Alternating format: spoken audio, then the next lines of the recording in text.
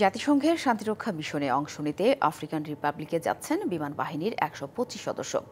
সকালে ইথিওপিয়ান এয়ারলাইন্সের একটি চ্যাটার্ড বিমানে যাত্রা করেন তারা। ঢাকার হজরত শাহজালাল আন্তর্জাতিক বিমানবন্দরে তাদের বিদায় জানান সরকারি বিমান বাহিনীর প্রধান এয়ার ভাইস মার্শাল রুশাদ্দিন আসাদ। বিমান বাহিনীর পক্ষ থেকে এয়ার কমোডোর ইমরানুর রহমান জানান, আফ্রিকান রিপাবলিকে বিবাদমান সংঘাত নিরসনে বাংলাদেশ বিমান বাহিনী দক্ষতা, আন্তরিকতা ও পেশাদারিত্বের সাথে ভূমিকা রাখবে। সকল প্রকার চ্যালেঞ্জ আমরা সাহসিকতা এবং সফলতার সাথে অতিক্রম করতে পারবো ইনশাল্লাহ। আমরা অবশ্যই সদা প্রস্তুত।